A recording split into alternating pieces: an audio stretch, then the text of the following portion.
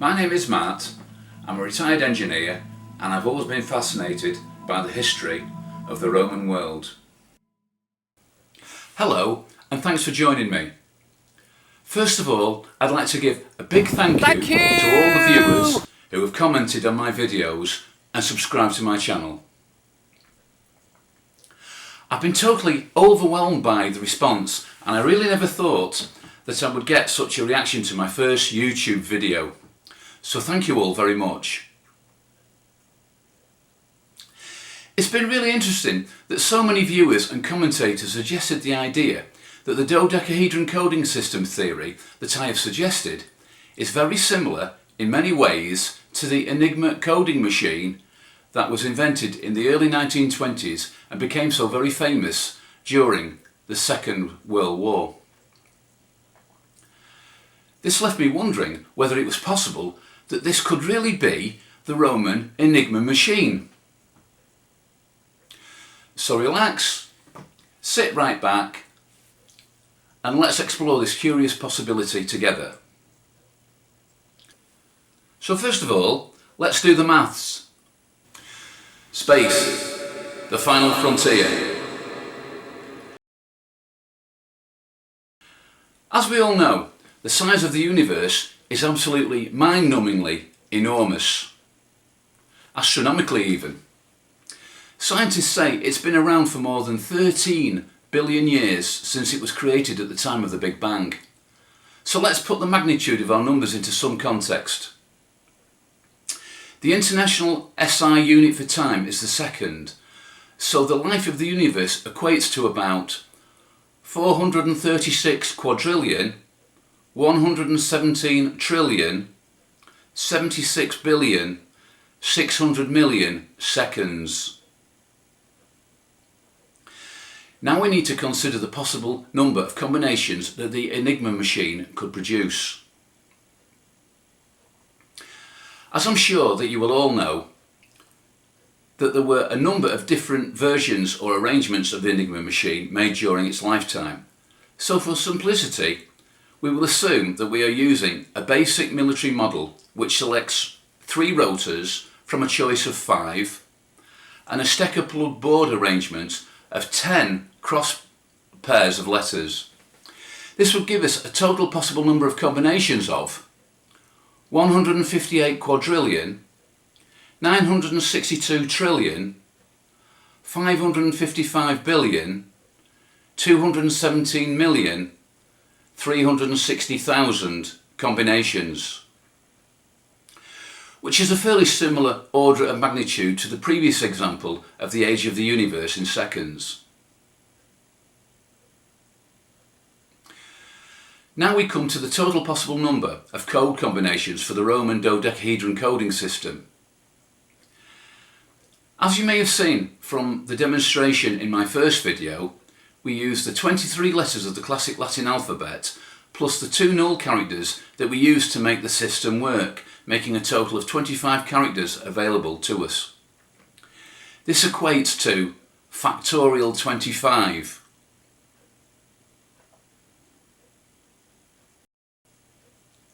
Which gives a possible number of coding combinations of the Roman dodecahedron coding system to be 15 septillion 511 sextillion 210 quintillion 40 quadrillion, which is still far in excess of the previous 2 numbers when added together. So what accounts for the main difference in the coding combinations available between the Roman dodecahedron figure and the Enigma machine figure? This is because of a characteristic of the Enigma machine that was regarded as a weakness by the Bletchley Codebreakers. As I will try to show you using a small part of the Enigma machine electrical circuit diagram,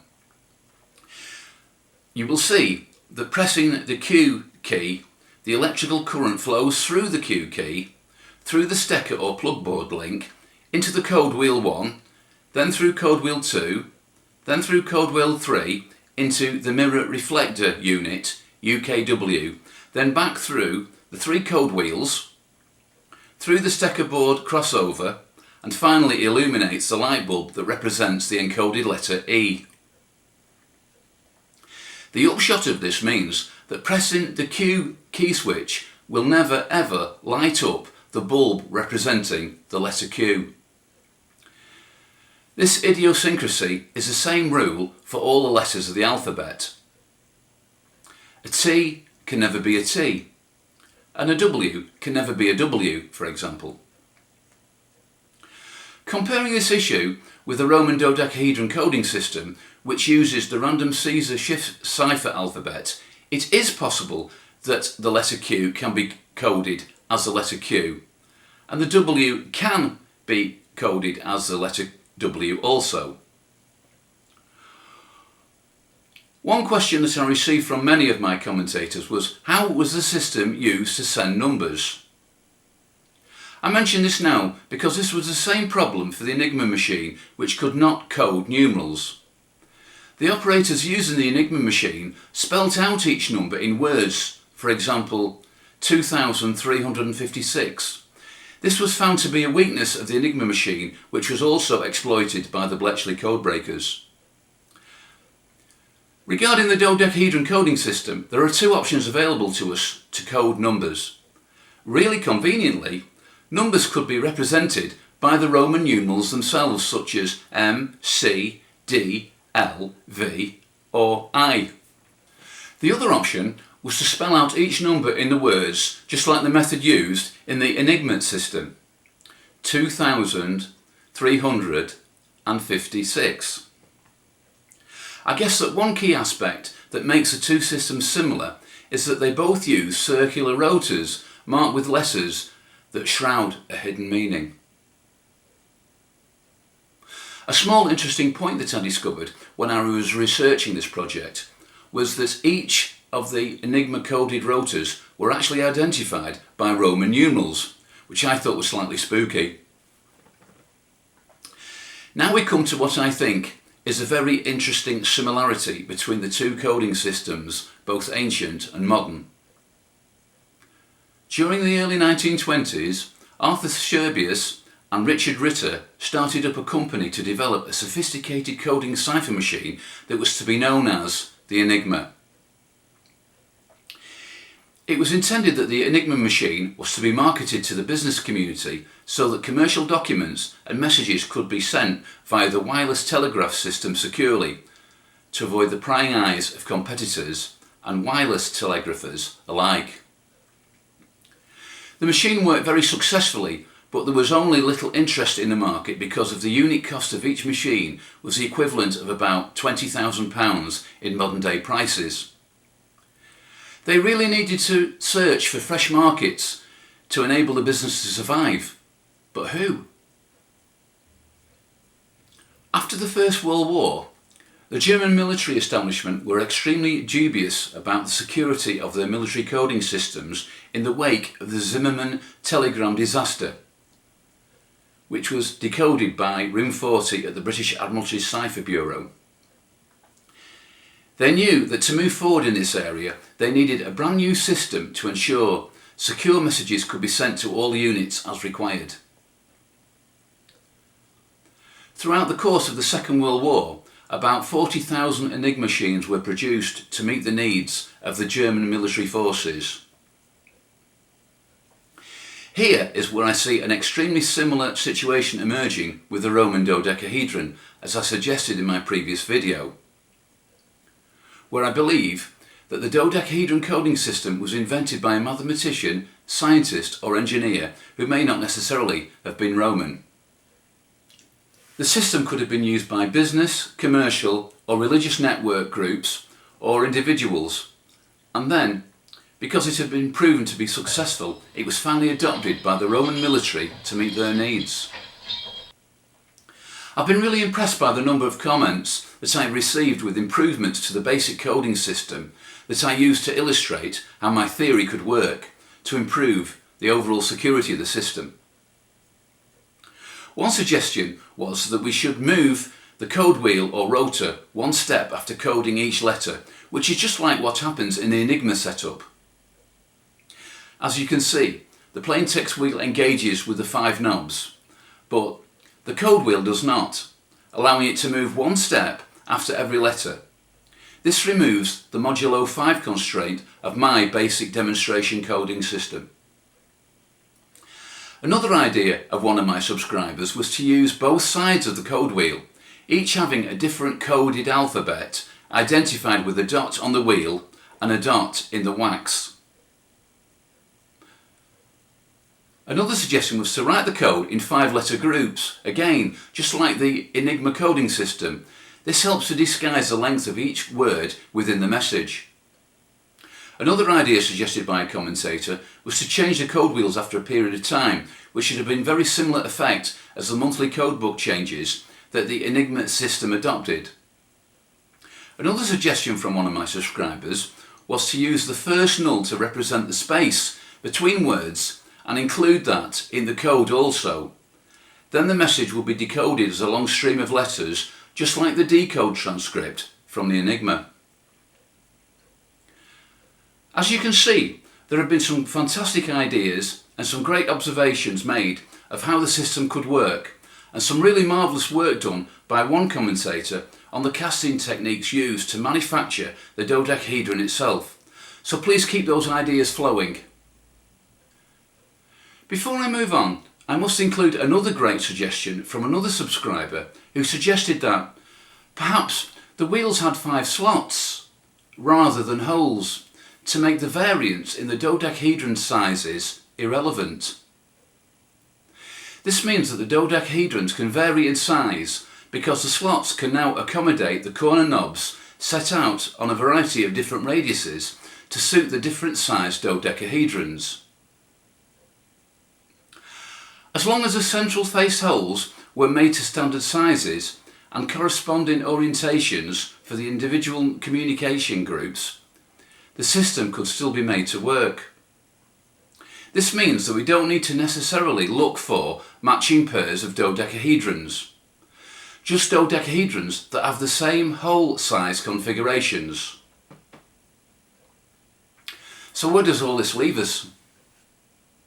Could this really be the Roman equivalent of the Enigma machine?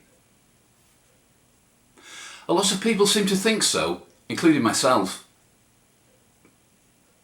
Reviewing the comments, about 55% of people really believe that this could really be the true purpose of the dodecahedron. About 35% of commentators consider it to be a compelling theory, but require some more supporting evidence to be sure. And about 8 people think that the dodecahedron was used for some other purpose.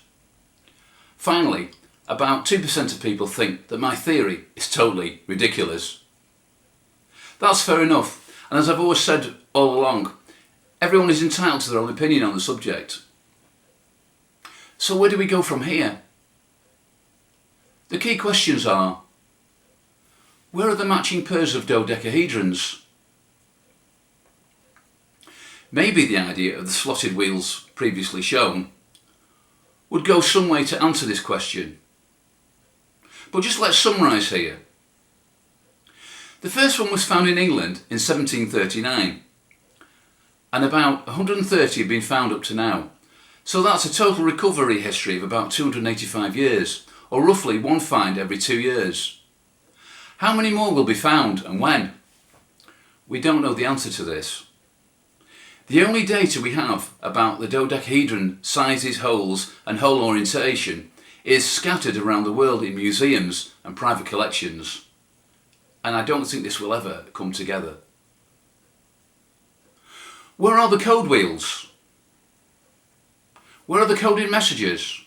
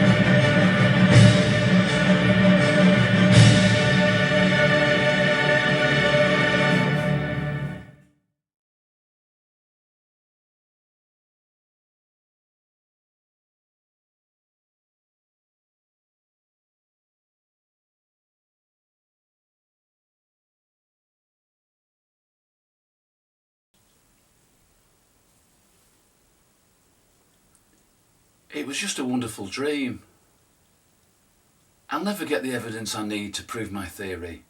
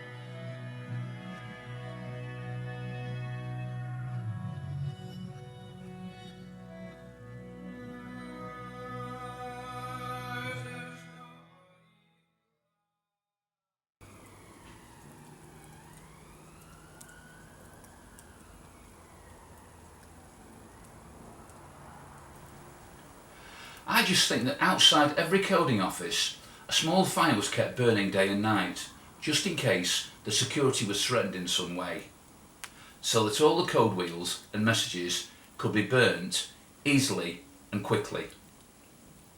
I think that this would be the standing orders that would need to be carried out thoroughly by the officer in charge of coded communications if the fort or camp came under attack. It's well documented that soldiers who fell asleep on watch, for example, were often beaten to death by their fellow soldiers or officers, so it's clear that standing orders were the absolute law of military discipline within the Roman army, and everyone had to conform to them.